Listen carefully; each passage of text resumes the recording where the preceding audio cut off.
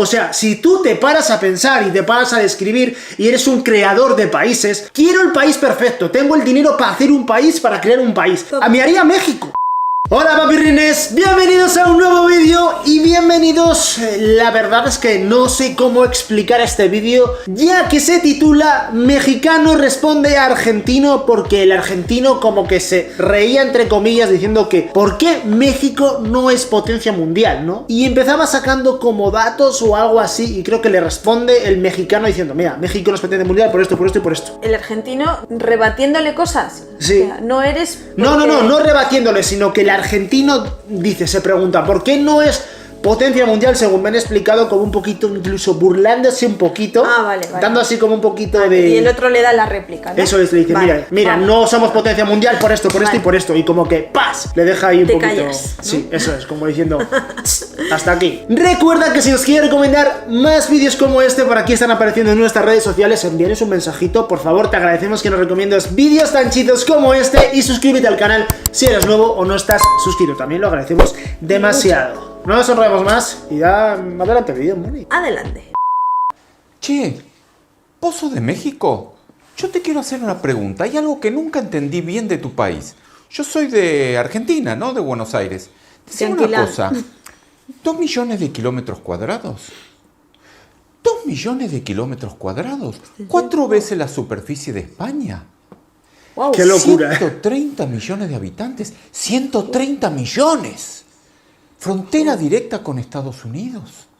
Salida a los dos océanos. Salida a los dos océanos no puede ser. No puede ser. Todos los climas. Todos los paisajes. Turismo. Todos los minerales.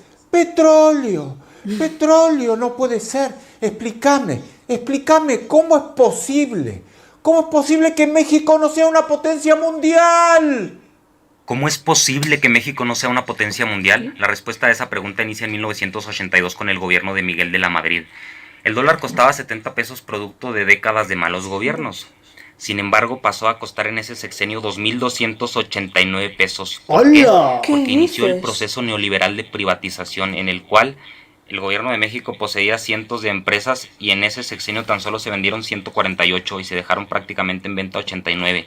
En total fueron 237 empresas paraestatales que generaban recursos económicos para el gobierno y se privatizaron, se malbarataron, se remataron, prácticamente se las regalaron a sus amigos. Entre ellas se encontraban 19 hoteles, 10 empresas de transporte, 2 de extracción de carbón, 5 de extracción de metales, 45 de elaboración de alimentos, 9 de industria textil, 9 de productos de madera, 17 de industria química, 2 de refinación de petróleo, 13 de fabricación de productos metálicos y 20 de fabricación de ensamble y reparación de maquinaria, entre muchas otras. En total fueron 237. En resumen, con Miguel de la Madrid el peso se devaluó 1.500%, la inflación acumulada fue de 3.800%. En su primer año el PIB cayó 7.49%, en el segundo 3.08%. La publicidad nacional e internacional nunca dijeron que había pérdida de confianza ni nada malo del gobierno, al contrario, todavía se castigaba con pena de muerte. Hablar mal del presidente o del gobierno, no existía la libertad de expresión. Aún así quedaban las 200 empresas del gobierno, había tenido un poquito de dignidad de la Madrid y quedaba un poco de esperanza. México estaba herido de muerte, pero tenía salvación porque por primera vez desde la revolución había una oposición política auténtica. Cuauhtémoc Cárdenas podía ganarle a Carlos Salinas de la elección y corregir todo el rumbo de México. Sin embargo, a media elección se cayó el sistema y resultó ganador Carlos Salinas de Gortari, que gobernó de 1988 a 1994 después de robarse evidentemente la elección. Justo cuando creían los mexicanos que no podía haber nada peor que Miguel de la Madrid, llegó Carlos Salinas. El dólar pasó de costar prácticamente 2.300 pesos a costar 3.094 pesos. Luego hizo un truco y le quitó 3 ceros al peso, pero la gente que vivió aquella época recuerda que las cosas de 3 pesos pasaron a costar 300, que un café costaba miles de pesos, que para comprarte un traje necesitabas 3.500 millones de pesos. Luego él le quitó 3 ceros, como ya dije, y 3 ceros, perdón, y el dólar quedó a 3 pesos en 1994.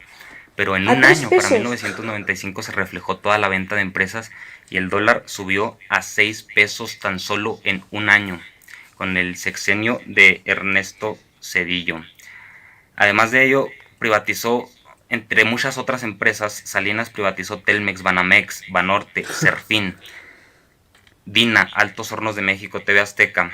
De las familias que aparecían en Forbes en la lista de millonarios de aquella época había solo una mexicana.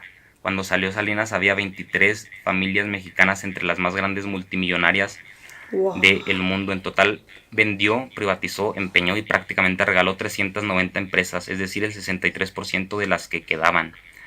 No conforme con ello, en 1990 creó el Fobaproa, que se suponía que era para rescatar a México en caso de alguna crisis, pero en 1994 lo usaron para rescatar a los bancos.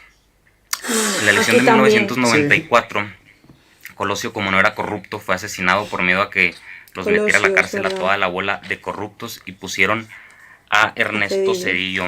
En el gobierno de Ernesto Zedillo, como ya dije, del 94 al 95 el dólar subió de 3 a 6.50 por culpa de Salinas, y del 95 al 2000 de 6.50 a 9.45.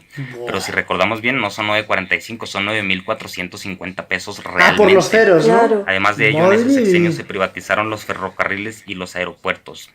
Además de ello, sucedió la matanza de Acteal, donde 45 indígenas fueron masacrados. No conformes con eso, el IVA fue incrementado del 10 al 15%. Pero lo más grave no fue eso. Lo más grave sucedió el 12 de diciembre de 1998, cuando se legalizó el mayor fraude de toda la historia de México, el Fobaproa, que era una deuda de unos cuantos y se convirtió en una deuda de todo el pueblo. Al principio el PAN se opuso, pero después sobornaron a Felipe Calderón y a los demás y aceptaron.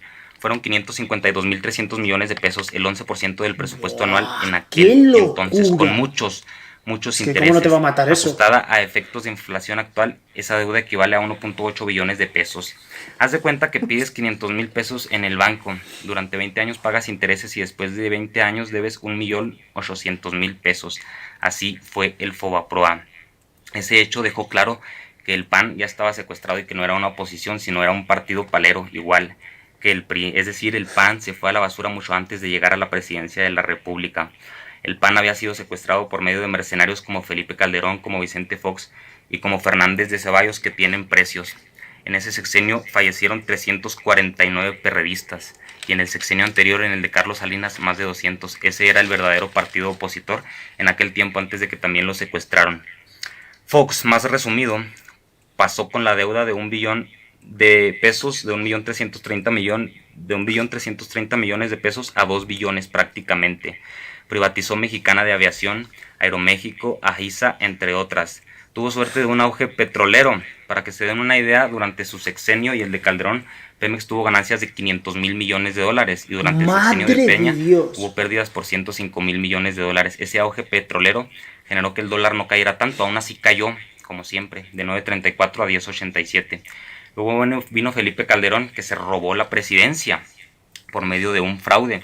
No conforme, aumentó la deuda de 2 billones en 2006 a 5.352 millones cuando salió.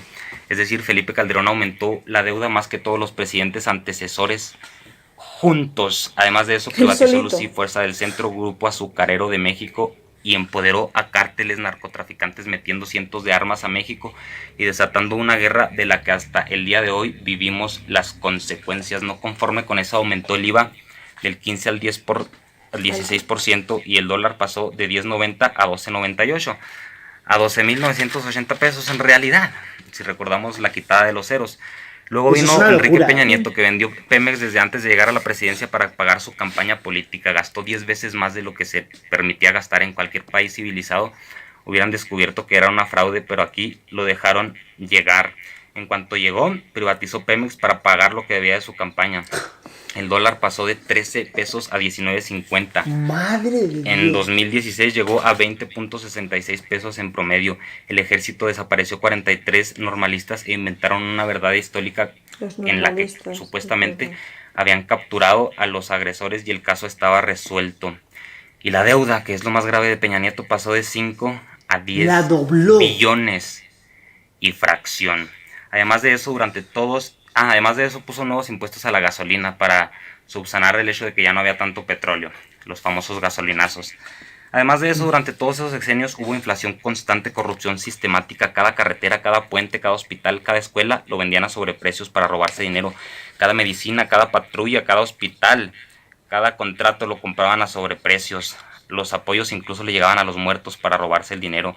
Le llegaron a dar agua por medicamento a los niños con cáncer para robarse el dinero. Había aviadores por doquier, personas que poseían 5 plazas de enfermero, 5 de policía, 5 de doctor e incluso becas del CONACYT. Personas con sueldazos, robaban en las becas, robaban en los fideicomisos. Los gobernantes tenían aviones, carros, motos, helicópteros, todo de lujo, vida de reyes. La compra de votos era una práctica constante. Asesinar y comprar periodistas también. Pero lo más triste de todo eso es que la mayoría de los mexicanos no dimensionan la gravedad. ¿Cuánto es 11 billones de pesos?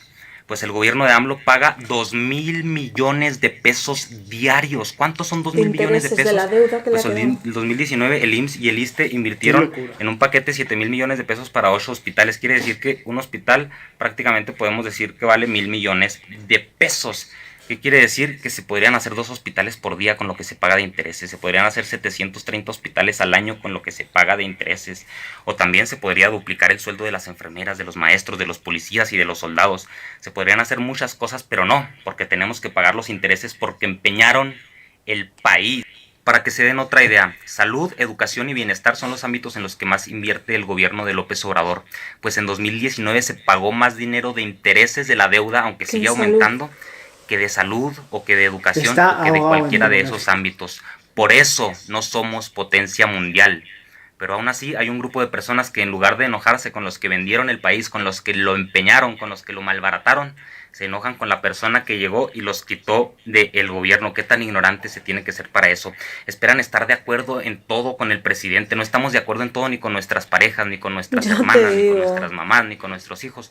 ¿Cómo esperan estar de acuerdo en todo con el presidente López Obrador? Esto no se va a arreglar en 6 años. Este problema es demasiado grave. Pero es que López Obrador dijo que se iban a acabar los problemas. Es lo de menos lo que López Obrador dijo. Votamos por lo que López Obrador representa. Recuerden que necesita de nuestro apoyo hoy más que nunca. Y recuerden que quien no conoce su historia está condenado a repetirla. Wow. Es la vida política de México con un bofetón, ¿eh? Creo que ha hablado, ¿no? O sea, increíble. Creo que el argentino ha borrado el TikTok ya. O la cuenta entera, me refiero, que lo ha borrado. Pero de corazón os lo digo que dejando a un lado si apoyas a un partido, a otro, no estoy dentro de la política mexicana como para opinar, pero de verdad que no me entra en la cabeza que no haya un solo político bueno, ya no un político bueno, una persona buena que mire más por el pueblo, por el país, que por sus propios intereses. Yo entiendo que es muy difícil, pero cuando te metes en ese tipo de burbujas te acabas corrompiendo por todos los lados, ¿no? Eso es, sí. Pero hasta ese punto de que a lo largo de casi toda la historia de la política mexicana no haya habido una sola buena persona, no entra en los cabales, de verdad. Y creo que esto pasa en todos los países, ¿eh? Sí, en España, bueno, podemos estar aquí hablando de vergüenzas, de tela, o sea, de rescatar a los bancos y dejarnos... Pero es que llama más la atención, llama más la atención cuando es un país como México. Que podría ser potencia mundial. Es que de corazón os lo digo, no porque salga en este vídeo, pero muchas veces nuestros amigos, nuestros familiares nos dicen, vale, ¿cómo describirías México? ¿Por qué te gusta México? Es que al final... ¿Qué te aporta? Una de las cosas que siempre les digo es que México se habla muy poco. México podría ser potencia mundial si estuviera bien dirigido o hubiera estado bien dirigido.